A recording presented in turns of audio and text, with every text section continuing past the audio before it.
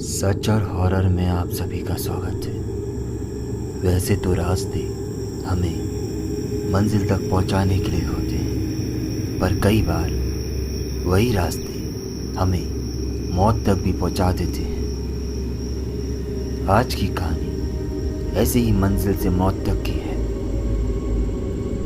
यह घटना है दो प्रोफेसर रमेश और राजू की। रमेश और राजू दिल्ली से अपने घर हल्द्वानी के लिए निकले थे अपनी कार में। सफर धीरे धीरे शुरुआत हो रहा था और सब कुछ अच्छा चल रहा था। रात का समय धीरे धीरे और ज्यादा गहरा हो रहा था, मानो चंद्रमा कहीं बादलों की होठ में छुप गया हो और रात और भी ज्यादा भयानक और काली हो रही थी। सफर भी यूं ही मस्त गानों के साथ धीमे धीमे चल रहा था। राजू और रमेश अपनी ही मगन में संगीत को सुनते हुए मंजिल तक और ज्यादा करीब जा रहे थे। धीरे धीरे कुछ दूर जाने पर प्रोफेसर रमेश जो गाड़ी चला रहे थे, उनको अचानक उल्टी आने को हुई तो उन्होंने ब्रेक मार दिए और सीधा गाड़ी से भागते हुए बाहर की तरफ चले गए। ऊपर से घना अंधेरा और चांद भी बादलों में छुप गया था। ऐसा मंजर कि मानो एक जुगनू की रोशनी भी दिखाई ना दे रही हो। यह सब देखकर प्रोफेसर राजू भी गाड़ी से बाहर आए। उन्हें उत्सुकतावश यह देखने के लिए बाहर आने पड़ा कि ये सब क्या चल रहा है।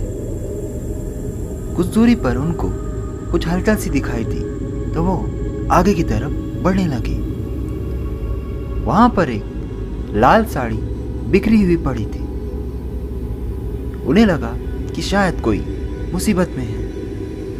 वो उस साड़ी को उठाते हुए आगे की तरफ बढ़ रहे थे। धीरे धीरे कदमों के साथ वो आगे की ओर बढ़ने लगे, पर साड़ी खत्म ही नहीं हो रही थी। वो साड़ी को उठाए जा रहे थे, पर साड़ी की लंबाई खत्म ही नहीं हो रही थी। चलते चलते चलते काफी दूर जाने पर उनको एहसास हुआ कि वो जंगल के काफी अंदर आ चुके हैं। अचानक से प्रोफेसर राजू को होश सा आया कि मानो किसी ने उन्हें सम्मोहित कर दिया हो। अब उन्हें घबराहट होने लगी क्योंकि आसपास कोई भी नहीं था। जब वापस वो गाड़ी की तरफ जाने लगे तो पीछे से उन्हें किसी ने पुकारा, सुनिए, मेरी मदद कीजिए ना, सुनिए, मुझे छोड़कर मत जाइए ना। ये आवाजें सुनकर प्रोफेसर राजू पीछे मुड़े, पर वहां पर कोई नहीं था। फिर वो दोबारा गाड़ी की तरफ जाने लगे। कुछ दूरी पे जाने पर उनको फिर वही आवाज सुनाई देने लगी, सुनिए, मुझे छोड़कर मत जाइए ना, मेरी मदद कीजिए ना। अब ये आवाज सुनकर उनको डर लगने लगा क्योंकि वहां पर कोई भी नहीं था। अब उन्होंने अपने कदमों की आहट को और ज्यादा तेज रफ्तार से बढ़ाना शुरू कर दिया और वो अपनी कार की तरफ भागने लगे।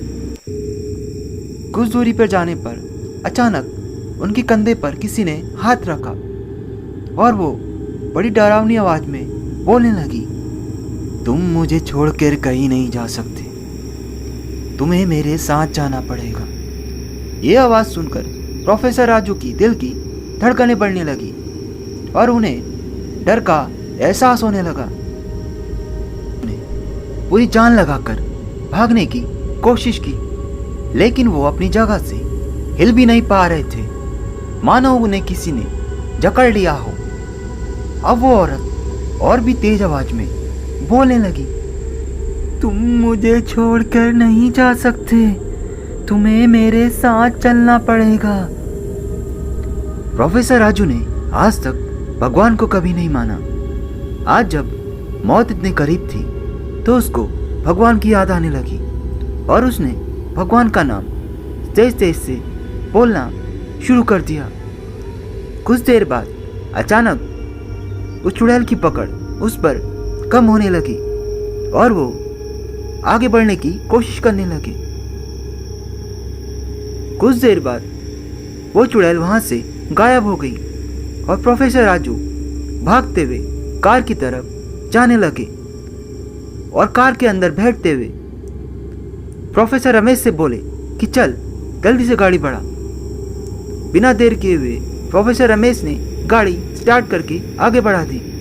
प्रोफेसर राजू की घबराहट देखकर प्रोफेसर रमेश ने उनसे पूछा क्या हुआ, पर प्रोफेसर राजू इतने घबराए हुए थे कि उनको उस वक्त सारी बात बताना सही नहीं लग रहा था। बस वो कहे जा रहे थे बीच में कभी गाड़ी मत रोकना और सीधे तेज बढ़ा दो।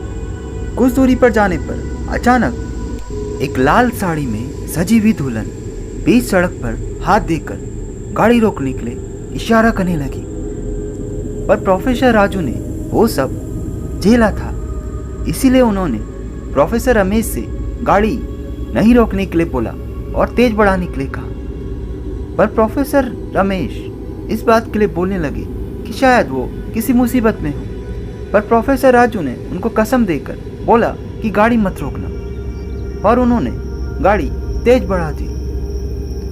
अचानक वो उस औरत के आर पार हो गए। कुछ देरी बाद जब वो एक आबादी वाले ढाबे पर पहुंचे तो उन्होंने वहां पर गाड़ी रोकी। उसके बाद प्रोफेसर राजू ने अपने साथ हुई घटना को उनको पूरे विस्तार में बताया। ये सब सुनने के बाद प्रोफेसर रमेश उनका धन्यवाद करने लगे कि अगर शायद उसने आज गाड़ी रोक दी होती तो उन दोनों की ही मौत हो जाती। रात के अंधेरे रास्ते हमें हमारी मंजिल तक पहुंचा दे, उसके लिए हमें सावधानी रखना भी बहुत ज़रूरी है। घनी रात में सुनसान जंगलों के बीच कभी भी अपनी गाड़ी ना रोके, क्योंकि वह व्यक्ति या तो कोई चोर लुटेरा या फिर भूत प्रेत हो सकता है। आपकी जान आपके हाथ में है। अगर आपको सच और डर दोनों ही पसंद है तो प्लीज़ हमारे चैनल को लाइक, शेयर एंड सब्सक्राइब कीजिए। मिलते हैं अगली कहानी में।